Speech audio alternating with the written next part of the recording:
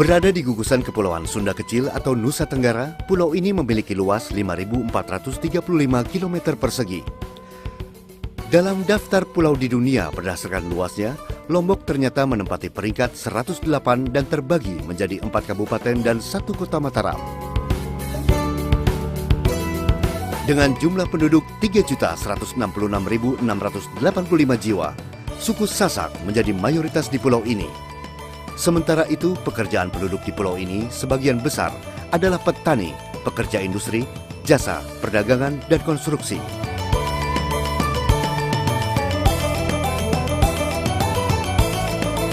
Area pegunungan Gunung Rinjani mendominasi topografi pulau ini.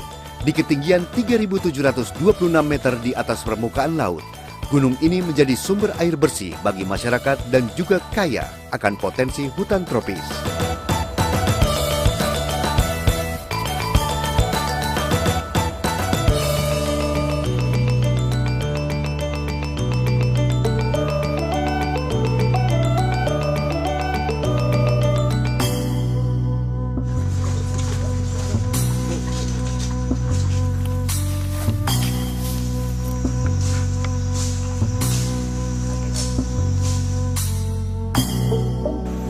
Jadi tanaman itu banyak sering ditebang. Ada, betul. Nah, itu masyarakat apa istilahnya salah penerimaan, termasuk pengusaha-pengusaha. Dikira itu apa yang ada itu dihabiskan. Termasuk dulu kan di sini ada tanaman mahoni, jadi itu yang dibabat oleh ya oknum. Jadi sejak tahun 95 tidak ada berani yang melarang. Memang kita beberapa tahun yang lalu lah bisa dikatakan memang agak kesulitan air. Sebagai pelanggan PDAM juga kita sangat kesulitan untuk dapatkan air. Terutama baik pagi, sore, itu kadang-kadang susah untuk mandi, susah. Harus menunggu waktu yang tepat. Nah, begitu terjadi hamparan gundul.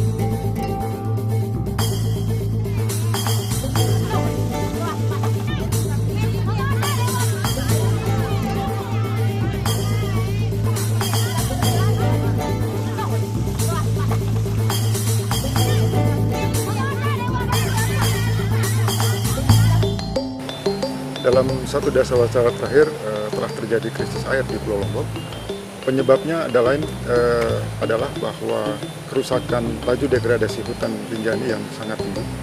Saat ini tutupan hutan yang cukup baik di Pulau Lombok tinggal tersisa 45%. Membutuhkan solusi tepat dan komitmen dari semua pihak untuk menyelamatkan Pulau Lombok dari kurangnya ketersediaan air. Gagasan besar tersebut adalah upaya menghubungkan masyarakat hulu dan hilir dalam sistem yang saling mendukung. Dibangunlah mekanisme untuk mengumpulkan dana dari masyarakat hilir untuk konservasi hutan yang berkelanjutan di hulu. Mereboisasi lahan kritis di Gunung Rinjani ini tidak hanya menyelamatkan lingkungan, tetapi juga memunculkan mata air baru.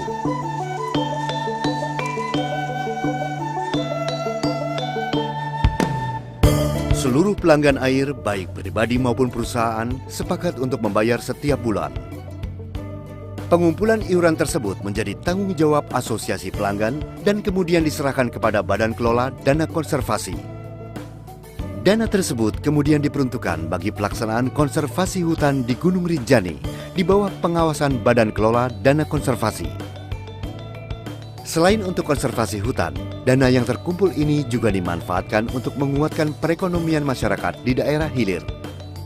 Sebuah mekanisme yang kemudian disebut jasa lingkungan.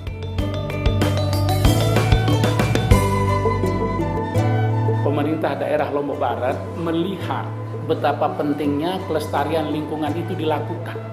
Maka lahirlah Perda nomor 4 tahun 2007. Dan itu secara fungsional, perda inilah yang memberikan suatu legitimasi kepada pemerintah daerah, dalam hal ini Bupati Lombok Barat, untuk melakukan berbagai aktivitas, apakah itu dalam rangka reboisasi ataupun aktivitas-aktivitas lain, agar lingkungan itu tetap lestari.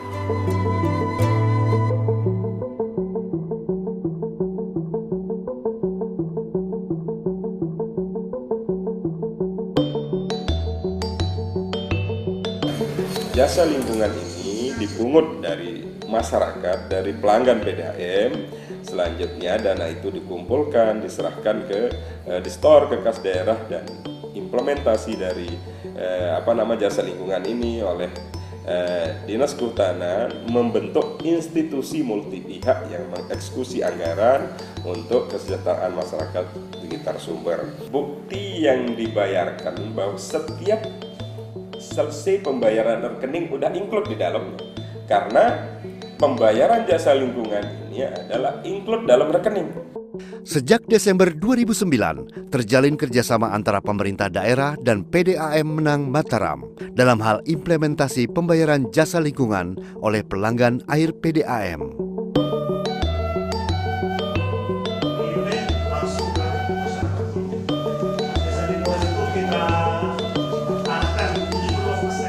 Ya, jadi IMP ini sebagai lembaga independen ya, yang terdiri dari masyarakat, pemerintah, terus dari kalangan universitas, itu ada di dalamnya. Dia sebenarnya berperan sebagai mitra pemerintah di dalam pengelolaan jasa lingkungan di Lombok Barat. Institusi multi pihak memulai proses penentuan alokasi dana dari usulan masyarakat tentang kegiatan atau program kerja yang mendapatkan rekomendasi dari desa. Setelah melalui penilaian awal, verifikasi, proses asistensi, dan revisi, usulan masyarakat tersebut mendapat kepastian diterima atau tidak. Usulan yang diterima akan mendapatkan dana dengan ketentuan cara pelaporan yang disepakati.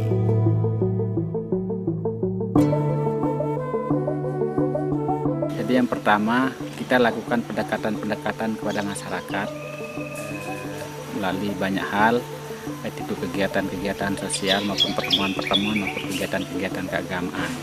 Jadi dari situ kita sampaikan beberapa hal yang khusus kaitannya dengan lingkungan sekitar.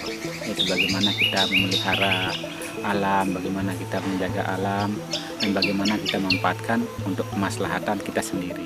Nah, masing-masing kelompok itu mengajukan, baik itu apakah nanti di kelompok itu ada kegiatan, dan kebetulan kelompok yang khususnya di Sedau ada tiga kegiatan yang dilakukan. Ada restorasi, artinya kita melakukan perbaikan di kawasan, kemudian ada pemberdayaan khususnya yang kaitan dengan masalah pembibitan, kemudian ada yang ekonomi. Setidaknya dengan program ini masyarakat merasa terbantu. Dengan program jasa lingkungan atau Payment for Environmental Services, masyarakat Pulau Lombok bisa menikmati air bersih dengan tenang. Program konservasi hutan dengan komposisi tanaman 70% pohon kayu dan 30% pohon buah juga ikut meningkatkan perekonomian masyarakat hulu.